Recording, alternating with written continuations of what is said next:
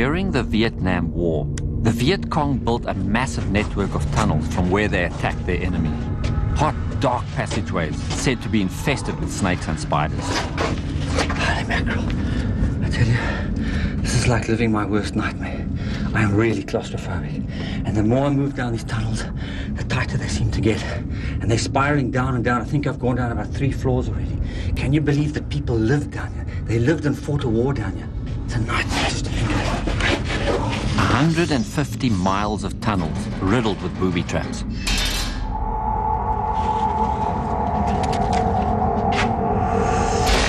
know, some stories told that there were so many spiders down here that sometimes it actually looked like the walls were moving as if they were alive with spiders.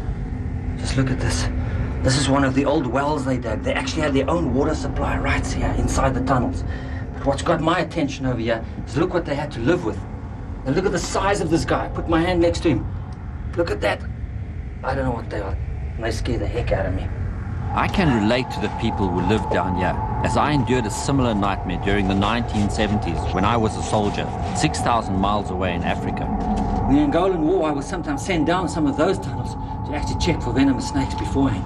In the case of the Vietnam War, they actually placed snakes in the tunnels in little hidden compartments ready to be tripped open to scare away the GIs. And the propaganda led them to believe that some of these snakes were so venomous they could kill them within 1 or 2 steps of being bitten.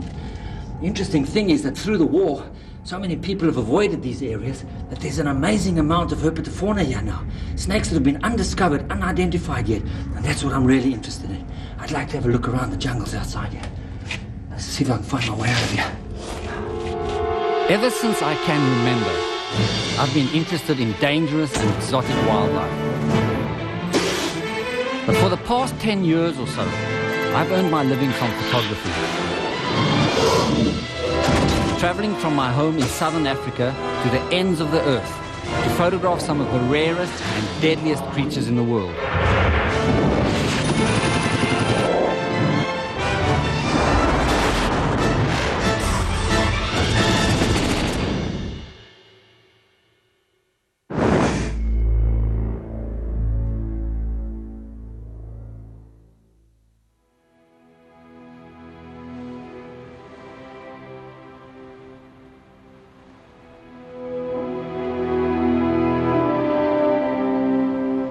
This film is a diary of my trip from Vietnam to Cambodia, through one of the most fascinating regions in the world. Once the seat of the legendary Khmer Empire, it became the land that time forgot. Internal conflict during the latter part of the 20th century created a time capsule for animal species that once prevailed across much of Southeast Asia. Huge tracts of its forests still remain undiscovered. And that is why I'm traveling back to what once was the ancient land of the Khmer.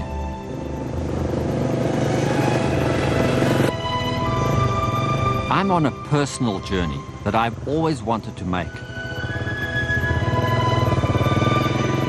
It is the first opportunity I've had to visit this land and explore its ancient forests, home of some of the most secretive and bizarre snakes anywhere in the world. Reminders of the region's glorious past are everywhere. It's a diverse and plentiful land, home to an extraordinarily resilient people, mysterious hidden temples, and some of the most fascinating reptiles on the planet, all just waiting to be discovered.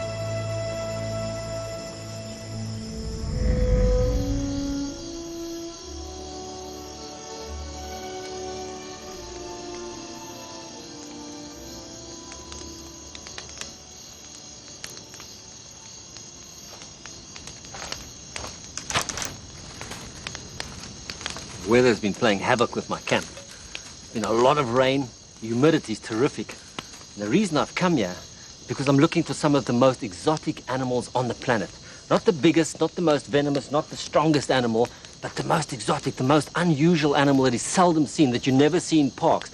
Most of them I've only read about. I haven't even seen living specimens, and I know they're found in this area. And this is an ideal place to come, and I've got a really good chance of finding something interesting.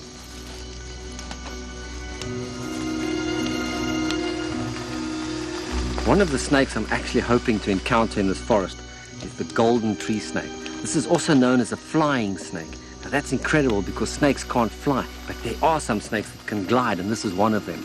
The geckos in this forest and some of the lizards have flaps under their arms which they can spread and float from tree to tree. The golden tree snake does the same thing. It moves from one branch, a higher branch, to a lower branch, spreads out, glides its way down. People have seen this happening. I've never seen it on photograph, and I'm going to try and get that. This snake, the flying snake, is the snake I'll focus most of my efforts upon. On my journey, I will travel from the darkest tunnels to the deepest forest, crossing massive rivers and vast lakes. There's so much here to explore and so much to discover. I've set up camp amongst the ruins of an ancient temple. Temples like this are strewn across the Cambodian countryside, carved to their immortal gods. But the Khmer civilization has long perished, and its monuments left to crumble back into the forest. This is perfect snake territory, ideal for my main quarry, the flying snake, but also home to many other snake species that I've always wanted to discover.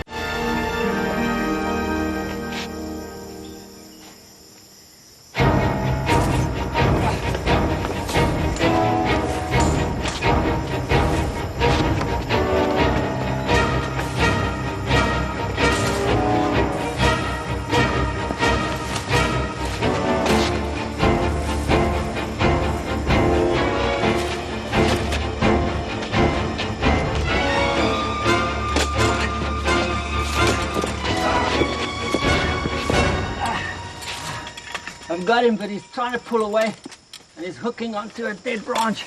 I've got him. He's brought the stick out with him.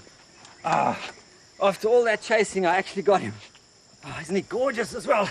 This is one of the most beautiful snakes in Asia, as far as I'm concerned. This is a crate, and there are about a dozen species of kraits found in Asia. Okay, it's a pretty venomous snake too. You can compare these snakes to cobras. The venom is very similar. It's a neurotoxic venom, a very powerful neurotoxic venom. Probably one drop or a couple of drops is all you need to certainly kill an adult human being. Watch that. See the movement? He's very alert. But being a powerful neurotoxic venom like this, you can expect death to occur within just a couple of hours of being bitten. Very similar to a cobra, as I say.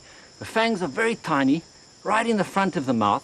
Not something you could easily see. But to make up for those small fangs, what they do is they actually hold on to what they've bitten on. They would hold on to their prey, inject venom continuously while they're chewing and swallow down. So that makes it very dangerous if it's bitten a human being, because the snake hangs on, and the longer that snake is hanging on, the longer he will inject venom. So the first thing you do, bitten by a snake like this, is pull it off immediately. Get those fangs out of there so there's not too much venom injected. And they have this technique by which they hide their head all the time to keep their head safely tucked under the body, which I'll try and demonstrate just now. But I'd like to show you that head, and I don't know how I'm going to get hold of him over here. Let's just have a look.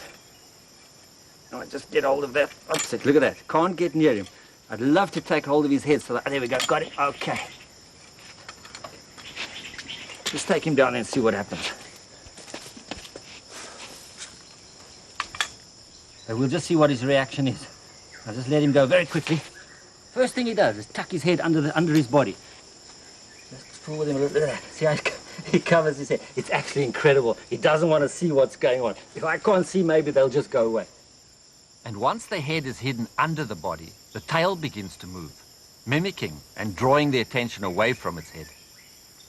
See that? His little head there. Look, he says, there's a head, bite that.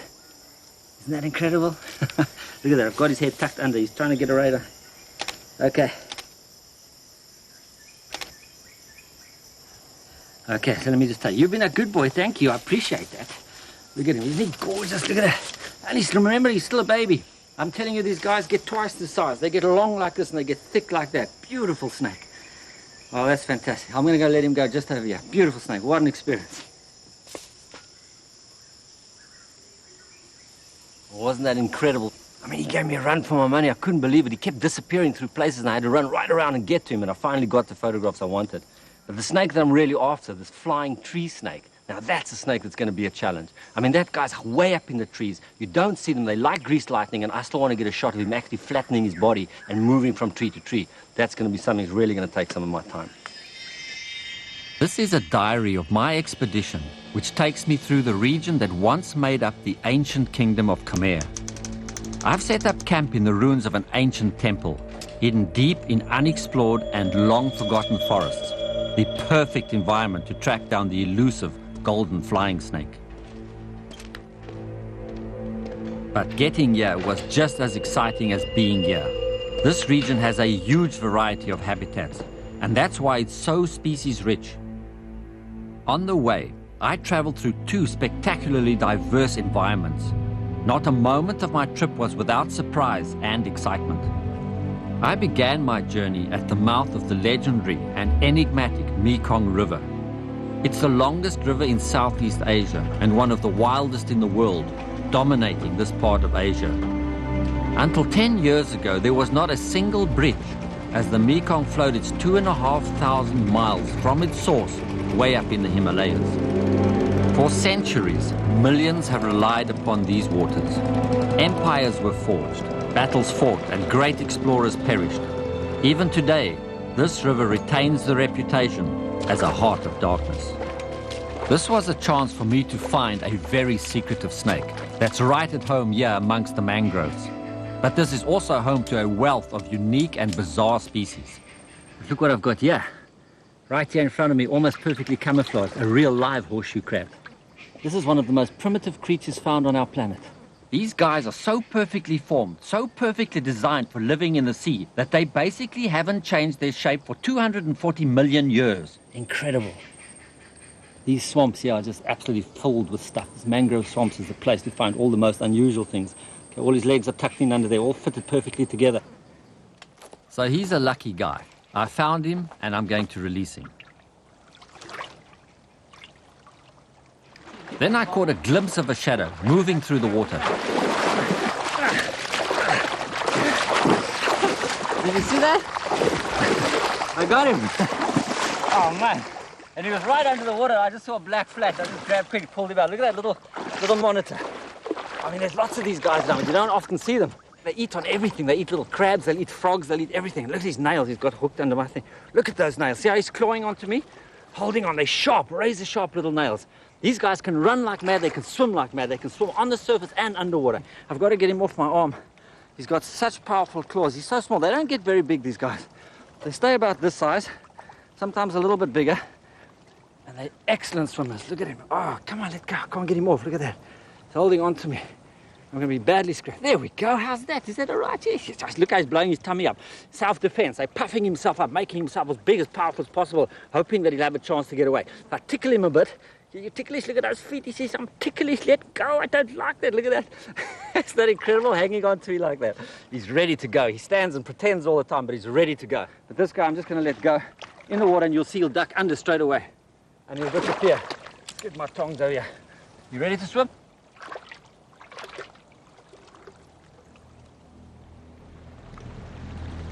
This place may look idyllic, but it is actually one of the harshest environments on Earth to live. It's constantly in a state of flux as the tide ebbs and flows, exposing vast areas of mudflats that bake under the intense heat of the midday sun.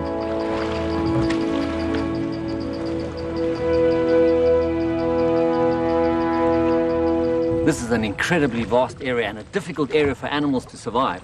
Mangrove swamps are always difficult. You don't get a lot of stuff floating around here in the day. Sometimes crabs, some birds, and a few things like that. But at nighttime, these swamps actually come alive. These mangroves come alive, and that's what I'm interested in.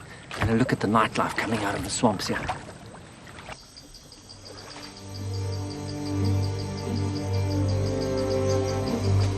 To the best of my knowledge, this particular area that I've chosen here might just be the ideal spot for the little snake I'm looking for.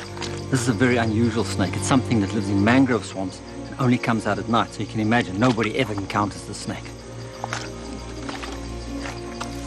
Brackish water over here. There's also plenty of mud. There's mangrove roots.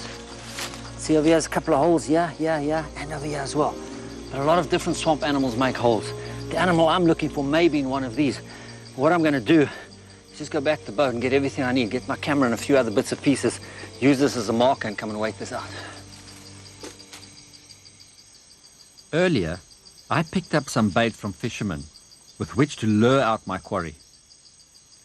Okay, so snake that I'm looking for here is actually called a pipe snake. And I don't actually know why they give it that name. Nobody seems to know for sure.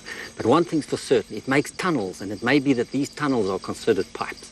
With a little bit of luck, I might just get one of these snakes coming out. Very few people ever encounter these pipe snakes, but as far as I can make out, your best bet in the wild is to lure them with food.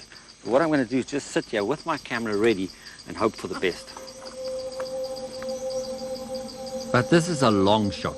These tunnels could belong to anything.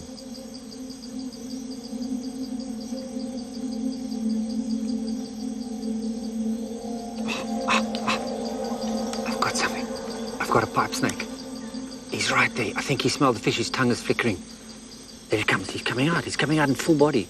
I've got to give him at least half his body length, otherwise he's going to pull back and I won't get him. Maybe I can just creep forward slowly. He's looking around. He's smelling for the fish, but he's gone past it. He's out. I've got him. I've got him. Look at this guy. That's fantastic. I've never seen one of these alive before. This is a primitive snake that loves hot and humid conditions, preferring to live in swampy areas. It's predominantly nocturnal, moving around underground in daylight hours, only coming to the surface under the cover of darkness. Both ends look alike. The head is short and blunt, and the body cylindrical, making it ideally suited for burrowing. They are not particularly good swimmers and don't move around much, preferring to hunt in the mud and shallows. Eels are their favorite quarry, which they hunt down using both tongue flicking and through the detection of surface vibrations.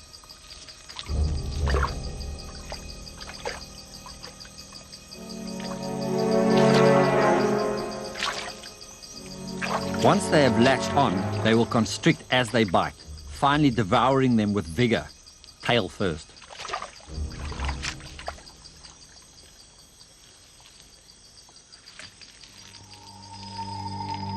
My journey was to take me further north along the Mekong and into the Tonle Sap. No visit to Cambodia would be complete without a trip to this great lake, a vast body of fresh water that's home to a unique and mysterious snake, the only one of its kind anywhere in the world. This is to be my next stop.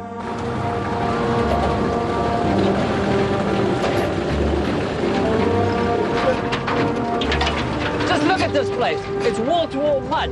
And this is the dry season, would you believe it? When they get rain over here, this whole expanse is 5 times bigger. And the water would normally be right above these trees.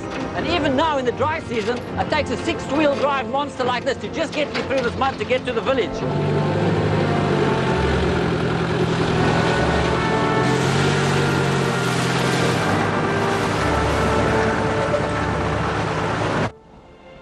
The Tonle Sap is the largest freshwater lake in Southeast Asia and home to an astonishing array of snake species. For over 1,000 years, this lake has been at the heart of Cambodian civilization.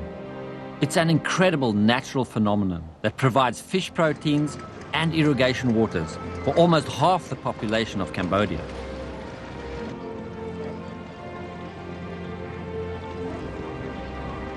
It's the closed season for fishing, when water levels and general lake activity are at their lowest.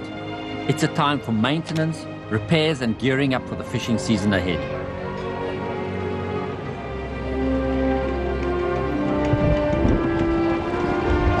Huge thunderstorms remind the fishermen that the monsoon season will soon be here, and with it a time of plenty. With the rains and the resulting floods come millions of fish that have swam in from the Mekong River, itself now in full flood. The fish swim into the nutrient-rich waters of the forest where they breed. This creates one of the most productive freshwater fisheries anywhere in the world, and their harvest is one of the most prolific. Unlike elsewhere in the world, these torrential rains and severe floods bring productivity, joy and happiness.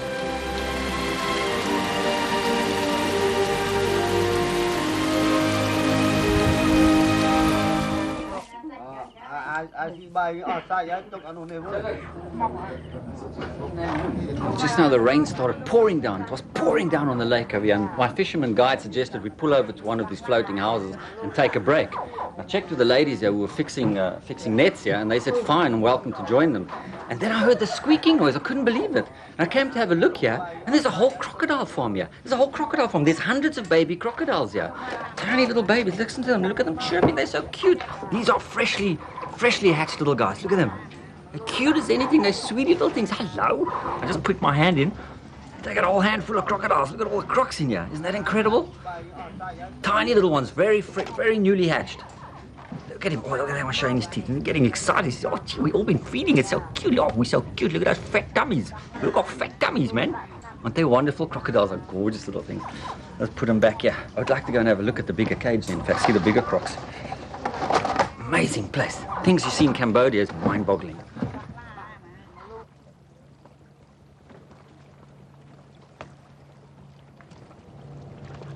Yeah, they all are.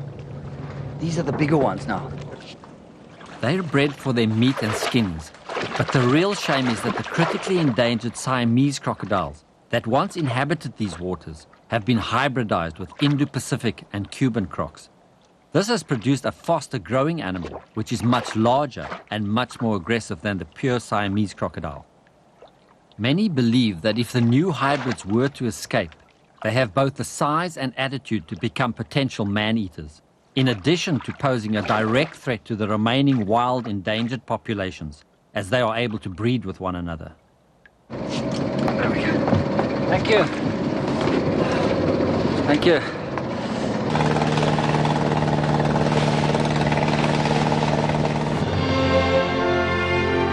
500,000 tons of fish are harvested from the lake every year.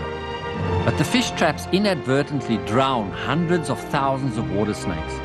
My plan is to search these traps to track down a snake that is unique to this part of the world and quite unlike any snake I've ever seen before, then release them back into the wild.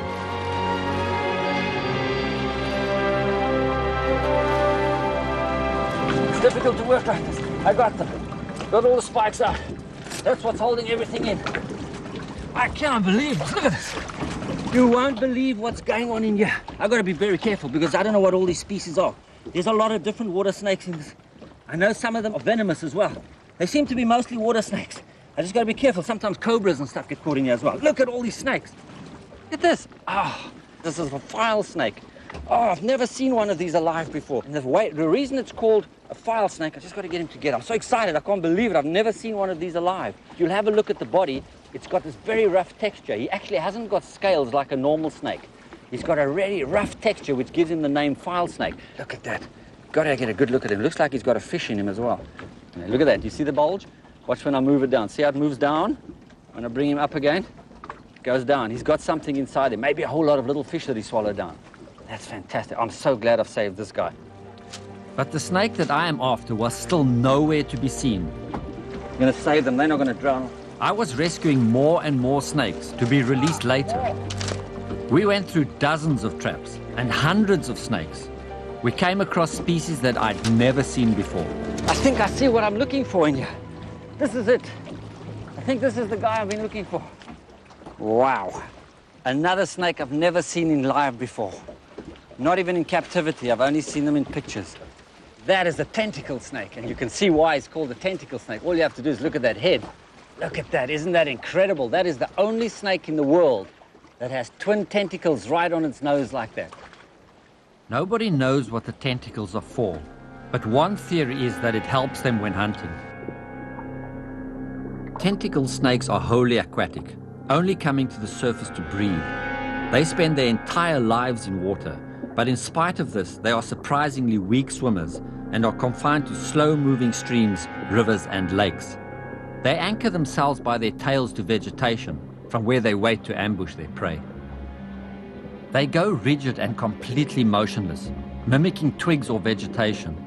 They adopt a bizarre hunting pose, forming a distinctive J shape with their bodies. Once set, they simply wait for a browsing fish to stray too close, before striking with amazing ferocity.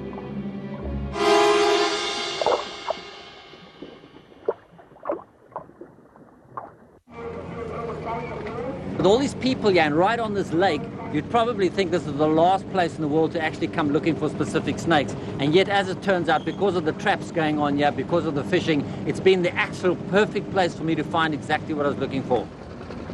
But now it's time to push on with the job in hand, tracking down and photographing the flying snakes amongst the ruined temples of the Khmer Empire. I travel north, deep into unexplored forests, to a magnificent ruined temple that is to be my base. The temple is festooned with nagas, five-headed mythical snakes, worshipped by the ancient Khmers. This is possibly the first time I've been able to relax when photographing snakes.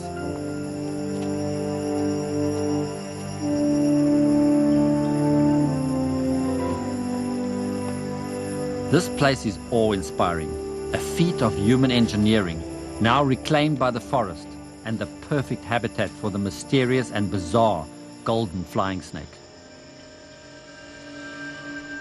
I want to get a shot of the snake in mid-flight, flying from one tree to another. This may be an impossible task, but I've chosen the perfect location, open canopy and heaps of flying snakes. They move secretively amongst the branches, but every now and then you get a glimpse as they sail from one tree to the next. That's what I'm waiting for. It's then that I have to be quick.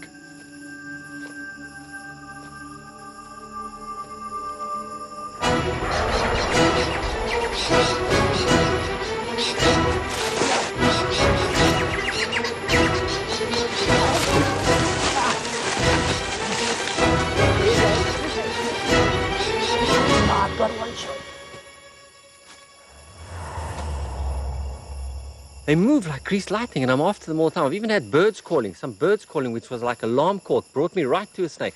I can barely see them. They're so fast and so well camouflaged. This is going to be a much tougher job than I ever expected.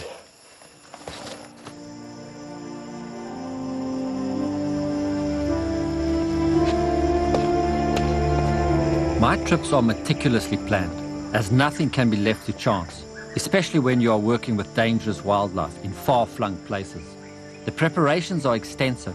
I know the animal species that I want to find, but wildlife is anything but predictable.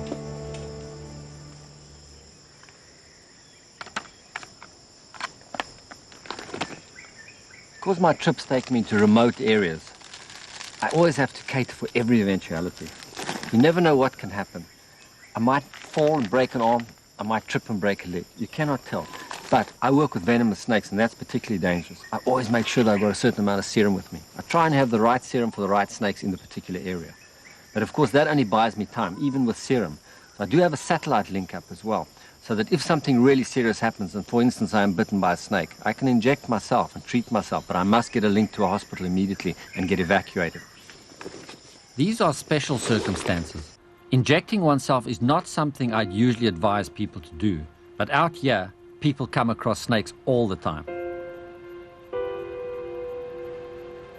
85% of Cambodians live off the land, and it is amongst the rubber plantations and rice paddies that they come across the region's most abundant venomous snake. It's a fast-striking ambush predator with huge fangs, deadly venom, and the most cryptic camouflage.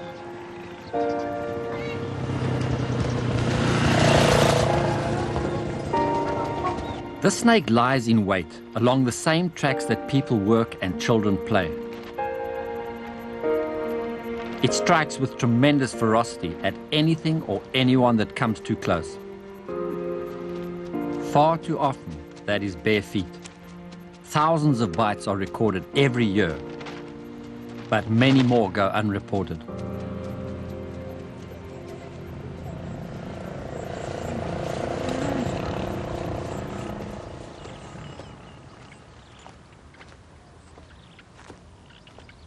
The snake that I'm actually hoping to find in this area is the Malayan pit viper. This is a prolific snake that's found all over Southeast Asia, and they cause the most snakebite casualties of any snake in this area. Now, normally I'd look for the snake in the forest, but they're so well camouflaged. I could spend weeks in a forest. But what happens here is that the water floods in the paddy fields, and the snakes get forced to the edges, and they sit themselves here on the pathways where the people work. Now, this is very dangerous because, of course, people could approach, step on them, put their hands on them, picking up grass, and get bitten by these snakes. It's the beginning of the monsoon and potentially the most dangerous time for farmers.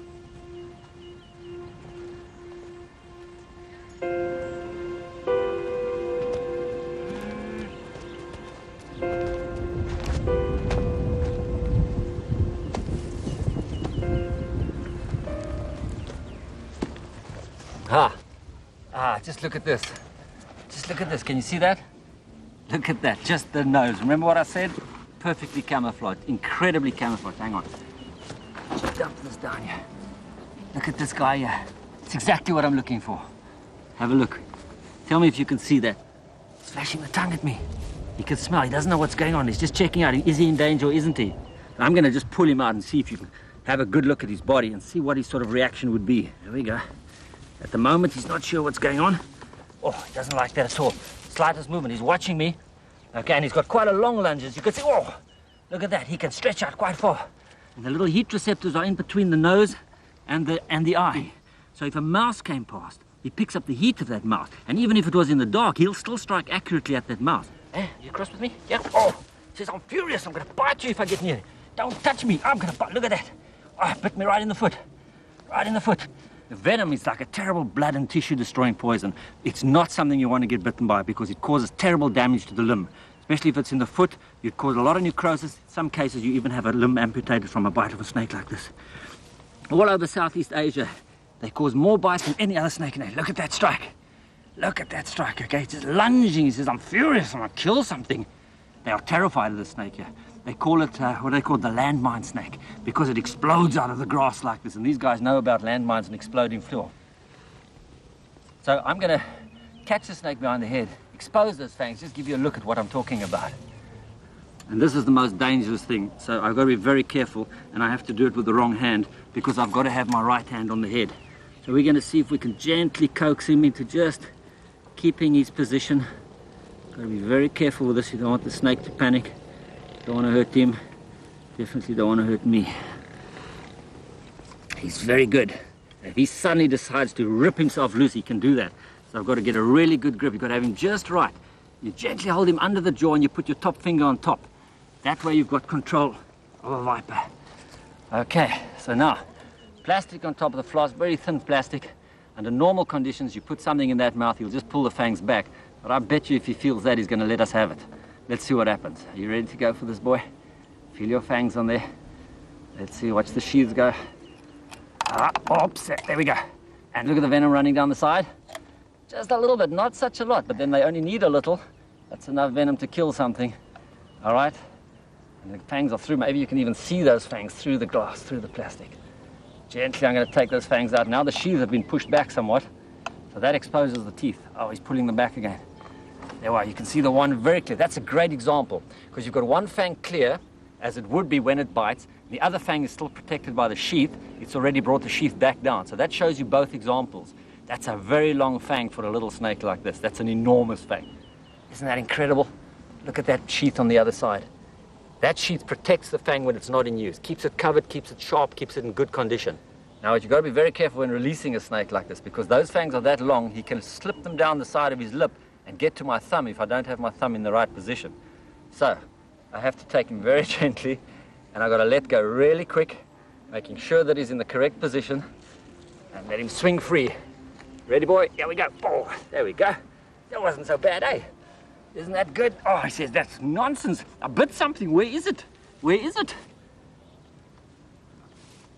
Oh, there we go. Right on my tongs again. That's the safest way to keep him, is he's just hanging in there. Look at that glass. Actually, not a bad shot, that. There's enough drops in there to probably kill a couple of people. It depends. And this guy's probably been attracted to this area because there's people living here. Because where people live, there's always rodents, plenty of rodents, and that attracts the snakes. And he tucks himself away here close by, waiting for mice to come past. And the people are close by, and they may just come into contact with him. So instead of putting him back here, what I'm going to do is actually take him far away where there's nobody and release him so that he can be safe. Okay, my boy, you've done your thing for the day. Let's go. What a snake, isn't that fantastic? Yeah. I brought the viper back to the temple where I could photograph it. A truly beautiful snake. Let's take one more shot over here. He's got his nose pointed right towards me. I don't want to get too close because he might just strike. Okay, a couple more. And from the side. fantastic. See that? He's got his ready pose. He's standing like this all the time, which means I'm a little bit upset and I'm on guard. Okay, he would never do that if he was waiting for his prey. He would be like he is now. He would be just flat like this, and he shoots out and bites the prey. But he's on guard now, so he stands with his head like and shows you he's angry. Stay away from me. And I was getting a little bit too close, then he went for me.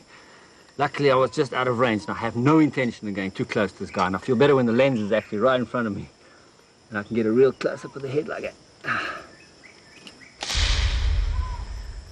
Now all that remained was for me to release the snake into the nearby forest where it will be safe.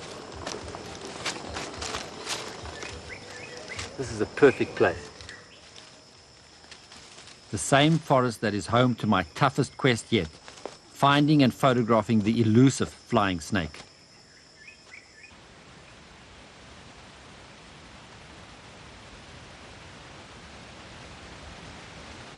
I'm searching for the golden flying snake in the grounds of a ruined temple. Birds' alarm calling alert me to a snake moving close by. I catch a glimpse as it moves above me through the trees. It heads towards the temple, disappearing into the ruin. I got him! I got him. Look at that. It's a cat-eyed snake, a green cat-eyed snake. For a minute, I thought it was one of the golden flying snakes, one of the tree flying snakes. Yeah, look at him reach. You see, this is why he's so similar. These guys are also prehensile and fast-moving. They live up in trees. You can see why they call him a cat-eyed snake. You can call it a green vine snake, or you can call it a cat-eyed snake. Look at his eyes. Very long and very, very prehensile. Look at his tail. I bet you if I let him go like that, look at that. No effort at all. He just hangs by my fingers. So he can actually reach out from one tree, reach right across, and grab onto another branch. Now the flying snake is inclined to more likely run along the branch and leap to the other side. This guy would just stretch out and reach for the other side. Now his back fang, the poison is very mild, and it's usually situated, the fangs are situated roughly behind those eyes, below the eyes.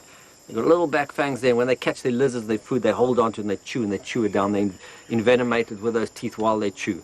But to a human being, that venom is not very toxic at all. It's a gentle snake, a beautiful snake. I'm just going to let him go over here again. But you watch how easily he climbs. If I put him on the vine, yeah? Just bring him along over here. Let him catch onto the vine. Oh, that's what I like. Watch his body move. Watch the motion through here.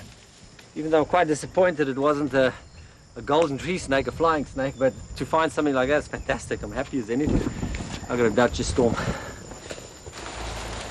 The thunderstorms are getting heavier by the day. The monsoon season is now well and truly here. The showers come regularly and last for a couple of hours. They chill the air and stop me in my tracks. But this is typical of the wet season, and I planned my trip specifically around these storms. The rain brings out so much wildlife, and the forests seem to come alive with overwhelming sounds and heady scents.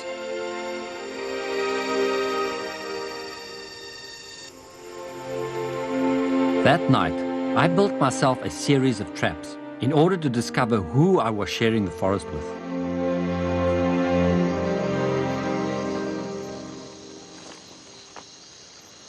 This is an old researcher's trick, and it's very effective, and it's very simple. I just plant a long sheet of plastic right into the ground with a couple of stakes. This means that any animals moving through the night, coming against this plastic sheet from either side, must walk along it. And I've got a couple of open buckets placed over here, and automatically these animals must drop into the bucket. It's one of the best ways, most effective ways to see what is actually passing by. And these I've only had for a short time. Look at this, I've already got something. There's a little frog. I don't even know exactly what kind this is, but it's obviously a long jumper. I bet you if I let go, he's going to spring out. Watch him go. Whoop! Off he goes. Fantastic. Let's have a look if there's anything else. Yeah, look at this, look at this. Oh my gosh, I've got a scorpion. I've got a scorpion, and I don't know much about the scorpions you get here. I've got to just catch him by the tail, then there we go, I've got him. He's not happy at all. I thought I'd put him on my hand, but he might be so angry he might let me have it. See a tiny little scorpion? Look, he's actually using that sting right now, stinging away at the tongs over here. I assume this is a young one and it's going to grow a lot bigger. But there we go. I'm going to let him go. Let him run on my hand. If he runs off, just don't sting. There we go. Look at that. He says, I'm out of here. He's coming right up my arm. Isn't that cute? He's a pretty little thing. Here we go. I've got him. There, I've got the light right on him. See that? He's tiny. And usually scorpions that have got thin pinchers, like that, small pinchers, with rather thick tails are usually the dangerous ones. So I imagine this guy can give quite a powerful sting. There, I've got him going, and off he goes. But that's nothing compared to my next find. Look at this little guy. You know what this is? It's a green tree viper. But it's a baby. He's a tiny one. Oh, he's so small. You see, now these guys normally live up in trees. They spend most of their time up in trees, but he's young, and so he's feeding on the ground still. Let me bring him up. Just let me see if I can get him on my hand. Let him calm down. It's a venomous little snake. It's a little pit viper. I would say it's a Pope's viper, but it's very difficult to tell, as there are a few different species that look very similar. Golden eyes. Oh, he's such a cutie little thing. Now, these guys get to about, 2-3 foot in length, maybe maximum of 3 foot. They're not very big snakes, but the locals fear them. They fear them because they live in trees and they believe they strike from the tree and actually bite you in the head.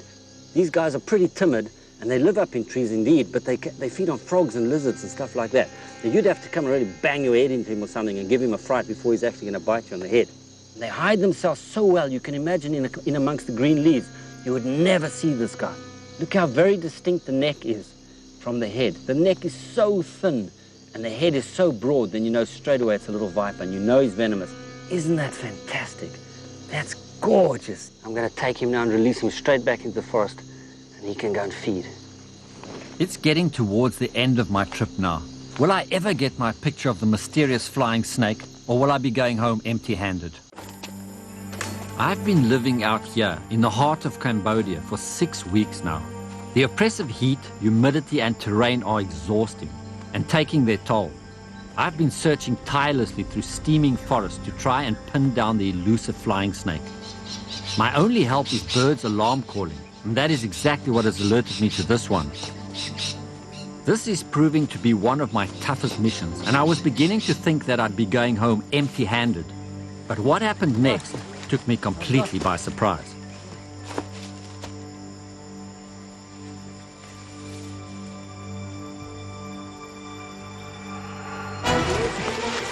I saw him. There he goes.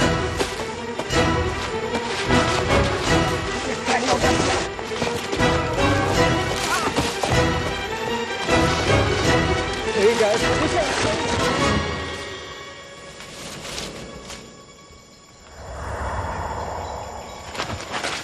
I've got one shot. No.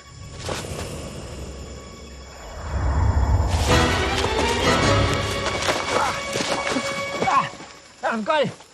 I've got him. Look here. I've got him. Wow. I was hoping I'd get some photographs of these guys, but I never thought I'd actually catch one. Look at him go. Look at that. I've actually got a golden flying snake in my hands. I never thought that would happen. I mean, I've been chasing him through the trees. I got tangled in those vines, everything. I lost track of him. I lost him about a half a dozen times. And then just as I got to the end, he actually seemed to just come flying out ahead of me. This is a backfanged species, only mildly venomous. Once they've grabbed onto their prey, they begin to chew and secrete venom. Look at the length of this guy's body. Long, slender snake, long, thin tail. See, the tail starts over there. Look at that. Very prehensile. They're powerful, fast-moving predators. This guy will chase a skink or whatever's in the tree like grease lightning. And if that animal is getting away from him, or sometimes if he spots an animal right across on another branch, he might lunge and throw himself towards it. What they actually do is they spread the body out and they suck the tummy in so that it goes completely hollow. And by doing that, he just catches a bit of air. So he can't truly fly and he can't go in a straight line. He must come down from one height to another height. And they just lunge down like that, spread themselves out, usually in a bit of a curled S shape. And he can even guide himself slightly with the movement of his tail. Once at the launch point, the flying snake grips onto the branch with its tail, hurling itself off rather than dropping. Once the snake is traveling fast enough to glide, it sucks in its gut to form an upside-down U shape along the entire length of its body, catching the air like a parachute and gliding.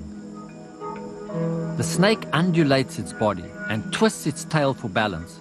This allows coverage of much longer horizontal distances. It's fantastic. Snakes are forever incredible animals. Let's let him go then. There he goes. And in no time at all, he's gone, back into the canopy from where he fell. Look at that smooth, beautiful movement. Isn't that fantastic? Blends in perfectly. What a snake. Incredible experience. I'm so pleased to have found the snake.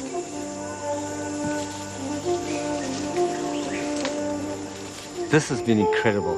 If that guy didn't miss his branch or whatever he did and drop right into my lap, I would never have got that close. What a magnificent snake. So all this waiting, all this working, all this crunching around in the jungle has actually at the end of the day been worth it. And now I'm really tired. And I think I've been here long enough. So I've achieved what I came for. Actually, I've achieved even more. And I've seen so many different things. It's been such a fantastic time. I feel quite happy about leaving now. It's not a problem. That just leaves me to pack up camp, reflect on an extraordinary trip, and head back home to Africa with some fantastic images.